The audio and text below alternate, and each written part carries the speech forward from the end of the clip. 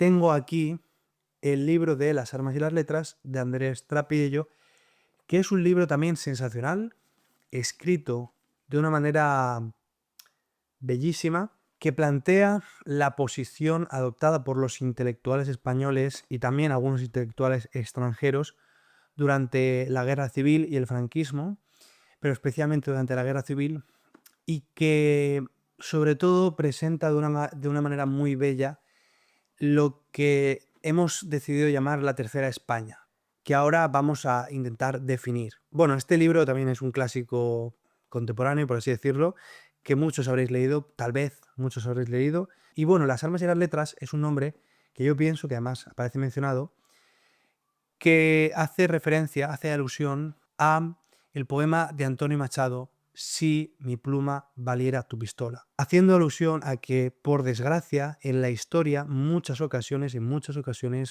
lo que triunfa no son los argumentos, sino la fuerza.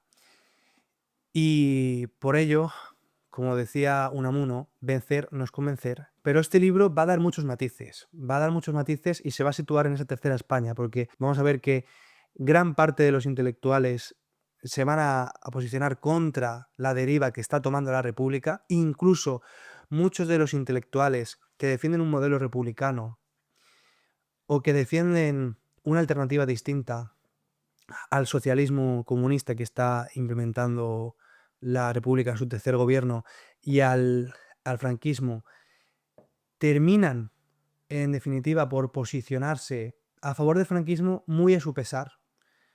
Creo que este es el caso de Baroja, que ahora luego os voy a leer una serie de frases sobre él, y que son personajes brillantes. Es decir, yo no sé si habéis leído a Baroja, pero os recomiendo que lo hagáis. Yo recuerdo cómo me fascinó cuando yo tenía 20, 21 años, que pasé un verano en el pueblo ayudando a mi tío Eleodoro, y recuerdo de quedarme cautivado con El árbol de la ciencia, y que, bueno, porque es un intelectual de gran talla, que no puede ser acusado de ser ningún fascista, ningún franquista, nada por el estilo, pero que, dada la deriva de los acontecimientos, como digo, terminan por inclinarse hacia posiciones que hoy en las mitologías de izquierda son incómodas. También va a explorar el libro figuras como la de Unamuno o la de Lorca, que cuando uno pone la lupa encima se da cuenta de que no son lo que nos han vendido las narrativas hegemónicas de la izquierda política en las últimas décadas. La tercera vía se sitúa, como digo, frente al socialismo, pero también frente al fascismo.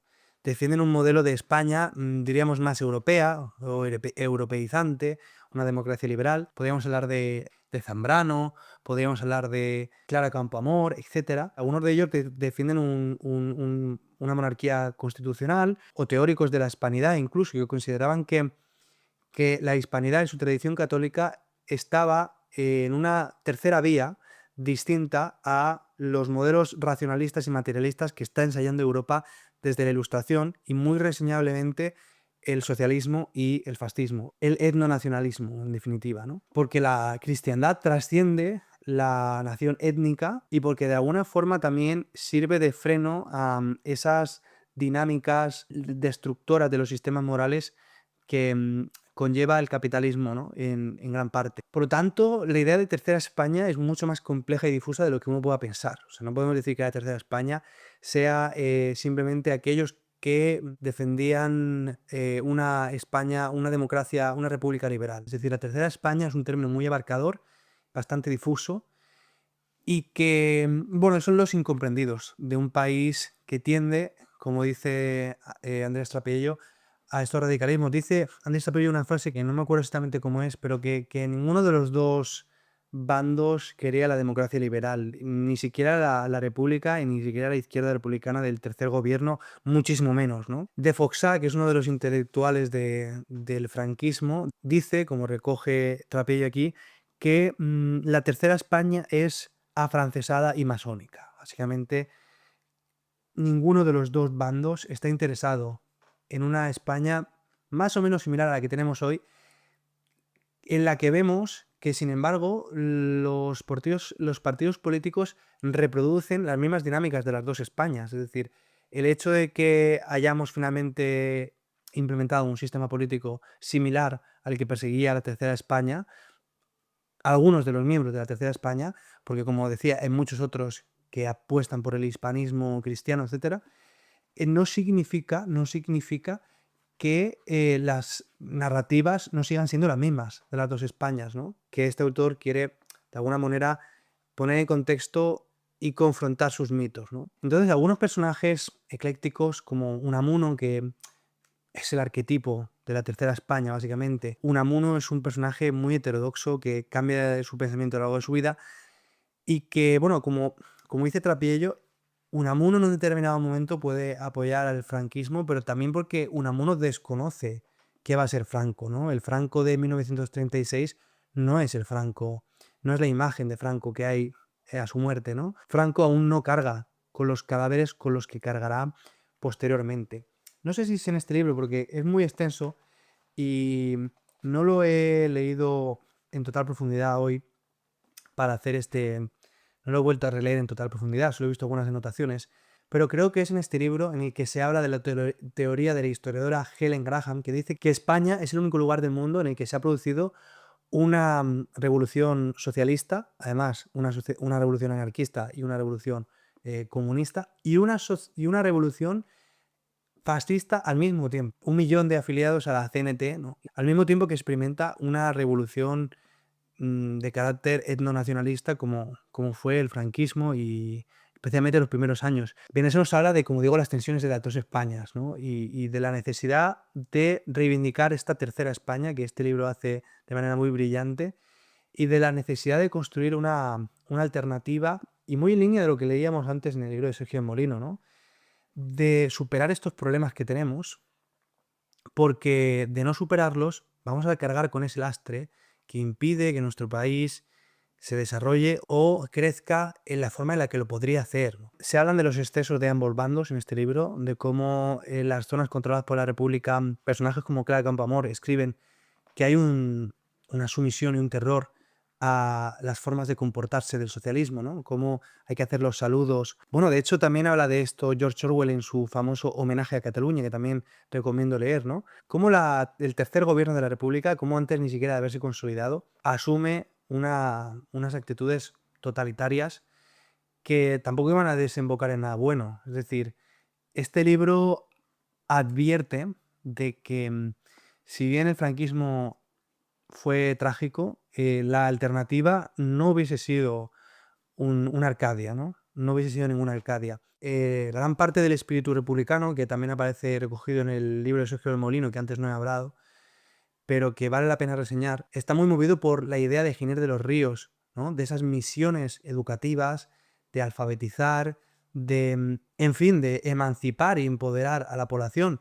Y ese espíritu republicano existe. Y hay personajes como Azaña y otros personajes que son complejos y que, según el historiador y la persona que veáis, pues hablarán grandes cosas o hablarán pestes, pero que es cierto que gran parte del proyecto republicano, sobre todo al inicio de la República, está basado en esa idea, en esos valores y en ese espíritu que una república así, quién sabe, tal vez hubiese sido altamente beneficiosa para España y tal vez nos hubiese situado en la esfera de, bueno, pues potencias de un orden semejante a lo que puede ser Francia o lo que puede ser Alemania. Es mucho soñar, pero quién sabe, podría haber sido algo similar. Que el segundo franquismo más o menos también consigue, de unas formas en las que yo en muchas ocasiones estoy de acuerdo, pero es una realidad, ¿no? Pero ciertamente el tercer gobierno republicano y la deriva que toma sobre todo a partir del conflicto de la guerra civil no nos iba a llevar por ese camino. Eso sin ninguna duda. Y bueno, pues en el libro se habla de historias fascinantes, de cómo algunos personajes han sido apropiados por las narrativas, ¿no? El propio Lorca, por ejemplo, que es un personaje vinculado a las aristocracias, ¿no? Españolas.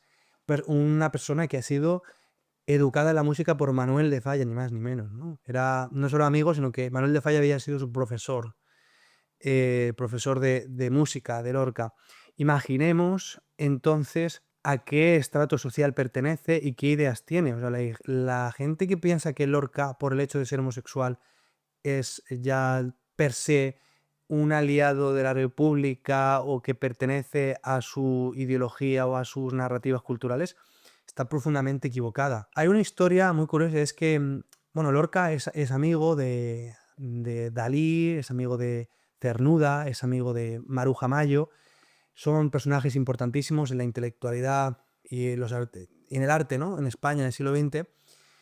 Y también conoce a Miguel Hernández. Miguel Hernández va para Madrid a probar suerte con su poesía y conoce a Lorca. Y Lorca se siente profundamente disgustado con Miguel Hernández porque Miguel Hernández es para él vulgar, es un cabrero, ¿no? Y él tiene ese talante aristocrático, ese talante clasista, vamos a decir claramente, que hace que no soporte a Miguel Hernández. Bueno, de hecho, Lorca es un gran amigo de José Antonio Primo de Rivera. Entonces es muy sospechoso, ¿no?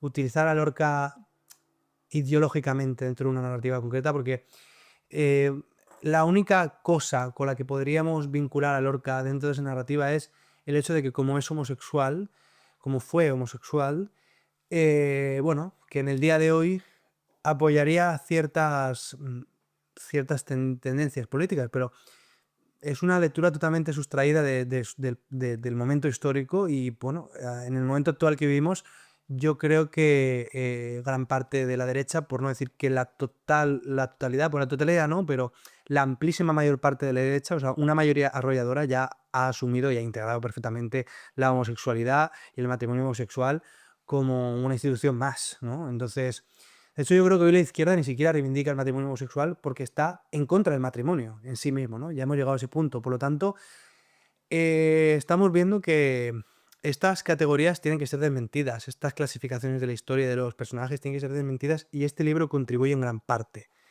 Es decir, se puede ser homosexual y de derechas, ¿no? Pensar lo contrario es de ser estúpidos, ¿no?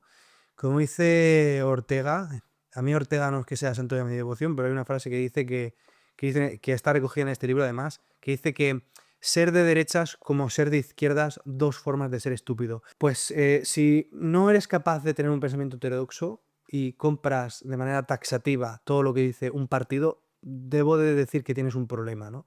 Si no tienes pensamiento crítico. Y bueno, si no piensas así y eres un acólito del PSOE o eres un acólito del PP o eres un acólito de cualquiera que sea partido o la ideología determinada, tal vez no congeniemos en este sentido y ahí es decisión tuya si quieres o no seguir apoyándome. Yo voy a hablar también de naturaleza y otros asuntos que no deberían de estar politizados, así que bueno, si te quieres quedar, espero que te quedes, pero no me voy a subordinar a la izquierda política ni a los delirios que están sucediendo hoy porque considere que la situación de la crisis ecológica merece ser atajada.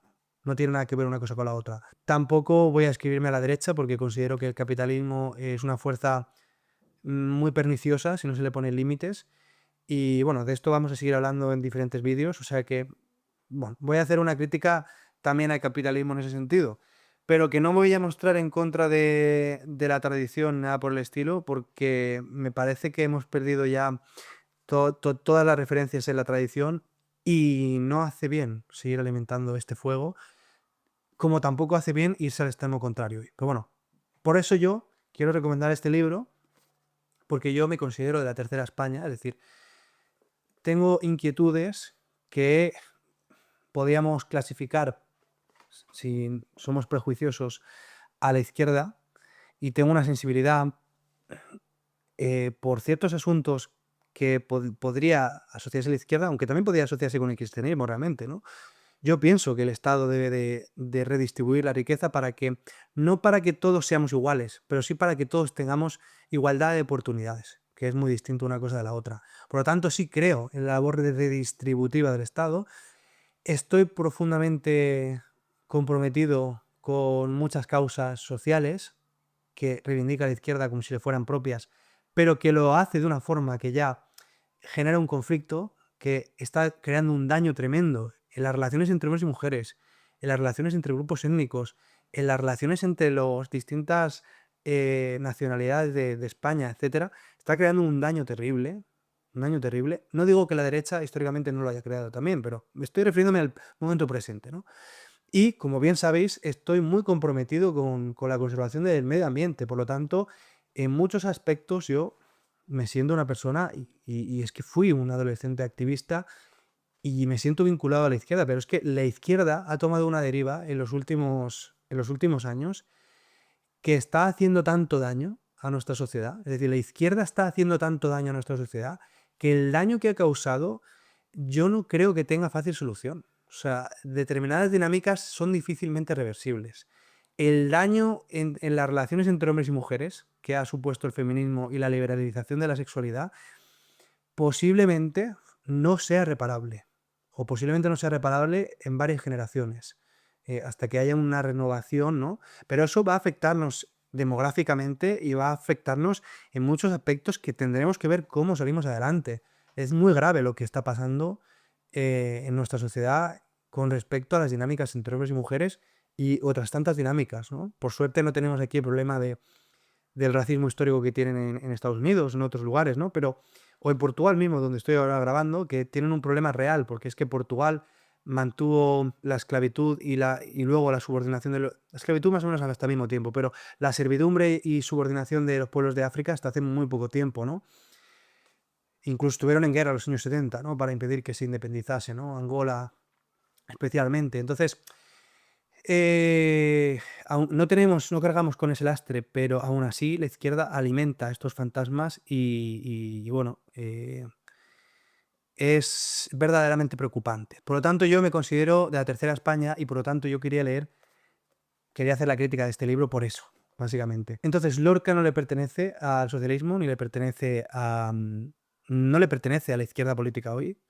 Y otros tantos personajes, pues, como decía, todos estos personajes son amigos. Como decía Dalí, que acaba siendo un perro faldero del régimen franquista, lo cual, bueno, pues tampoco pone en entredicho su valor como pintor. Ya sé que hay mucha gente que no concordaría con esto, pero desde luego es un pintor que destaca en la pintura a escala universal, ¿no? En el siglo XX. Maruja Mayo, la pobre, acaba exiliada, luego ya después de la transición vuelve bueno, Maruja Mayo, para quienes no sepáis quién es una pintora excepcional, no sé si decir a la altura de Dalí, pero que tiene unas líneas estéticas muy similares y que, bueno, que llegó a exponer en el MoMA, ¿no? Quiero decir, que es una mujer que estaba exponiendo en los mejores museos internacionales en el exilio, cuando estaba en el exilio, mientras que aquí era silenciada porque, bueno, los disidentes fueron silenciados durante el franquismo, ¿no? Y que tristemente acaba su vida cuando regresa del exilio, ya después de la transición, acaba su vida como una desconocida en España, ¿no? Ya quizá de los últimos años, sus últimos años de vida, eh, pues la gente iba a verla al Café Gijón, donde ella le gustaba ir al Café Gijón, la loca del Gijón, ¿no? Tengo entendido que la llamaban. Pero bueno, una vida en general de falta de reconocimiento dentro de España y una tragedia en cierto sentido, ¿no? Y Miguel Hernández, que sí que es una figura que se compromete con el socialismo, con la deriva que toma la Segunda República en el tercer gobierno. Sin embargo, aquí Trapiello va a explicar muy bien cómo Miguel Hernández es la crónica de una muerte anunciada y cómo muchos intelectuales, escritores, etcétera, de la izquierda, con el suficiente poder, pueden haber salvado a Miguel Hernández y no lo hacen. Es decir, cómo todo se limpia las manos, ¿no? También su cabezonería y sus principios, en muchas ocasiones él puede renunciar a ellos y tampoco lo hace. Por lo tanto, es un personaje que sí que cree en sus ideales, no es un oportunista y que, bueno, acaba trágicamente muerto en el año 41, creo que es, en una cárcel de Alicante, habiéndonos dado algunos de los poemarios que a mí más me gustan. Yo soy un gran aficionado a la poesía. Sobre todo me gusta la poesía hasta este periodo. La poesía española me gusta hasta el momento de la Guerra Civil, sobre todo.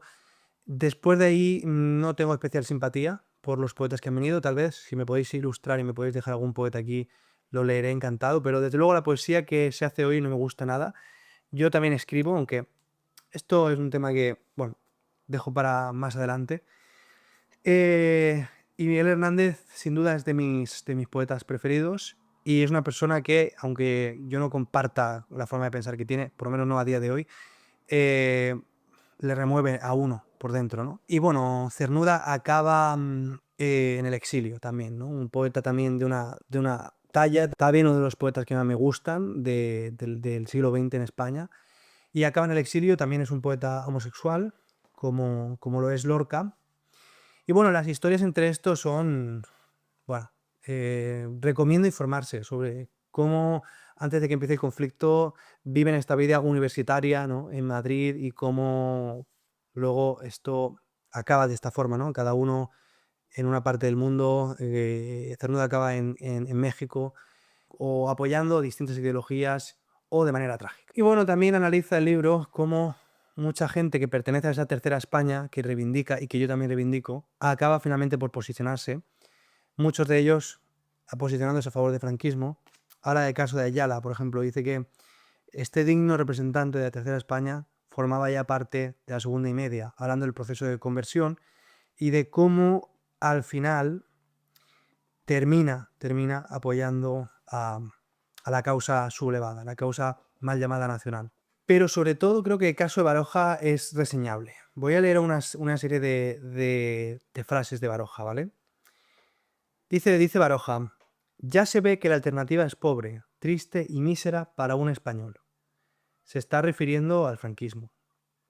Pero entre volver a una autoridad rígida y violenta o el capricho cruel y bestial de las masas, yo prefiero lo primero, dirá Baroja.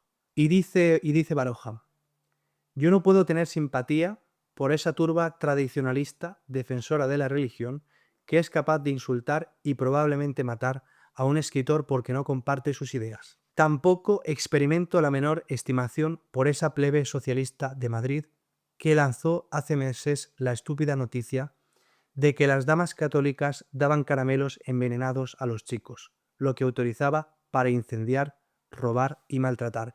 Y es que esto, amigos, fue así. Y si sigues comprando discursos partidistas de qué pensaron los intelectuales de España, vas a vivir en el error, vas a vivir en una ficción. Prefieres vivir en una ficción, de acuerdo, pero no instrumentalices precisamente a quienes te refutan. Porque tarde o temprano tus disidentes, algunos no con buenas intenciones, te van a deslegitimar porque has comprado un discurso ideológico y no te has preocupado en informarte sobre la verdad o no de los que llamas que son tuyos. Las buenas y las malas intenciones, el bien y el mal en definitiva, no descansan en tu ideología. Tú puedes ser una grandísima persona y ser un falangista. Tú puedes ser franquista y ser una bellísima persona, y lo estoy diciendo muy en serio, ¿eh? Igual que puedes ser un anarquista y ser una bellísima persona. Una cosa no tiene nada que ver con la otra. Es decir, la bondad o la maldad de las personas tiene mucho que ver con cómo se comportan en su día a día, cómo tratan a la gente, qué tipo de compromisos asumen con las personas de su alrededor y si los realizan o no los realizan, los esfuerzos que hacen por los demás. Eso es lo que define la bondad o la maldad de una persona, y no si pones en tu bio de Instagram que viva la Tercera República o yo qué sé qué, ¿no? Entonces, bueno, nada, me voy por las ramas. Yo podría estar aquí hablando 4 horas. Simplemente decir que estos conflictos nos están lastrando, que yo me considero en este sentido la tercera España, como consideran estos sectores. Y bueno, sé que he hablado muy poco de conservación de la naturaleza en este vídeo y me he centrado más en otros ámbitos, pero bueno, había prometido un especial de 1000 suscriptores. Tal vez no era lo que esperabais si habéis llegado hasta aquí, o tal vez os habéis sorprendido positivamente. Espero que os haya gustado. Bueno, si me queréis apoyar, tengo un canal de Patreon que dejo en la descripción. A partir de ahora os voy a dejar la descripción de todos los vídeos. Y nada, en el 4000, especial 4000 suscriptores, hablaré de los otros libros que pensaba recomendar aquí, pero que finalmente he decidido que no, por una cuestión de tiempo, ¿no? Espero que os haya gustado. Nos vemos en el siguiente vídeo. Suscribiros, compartir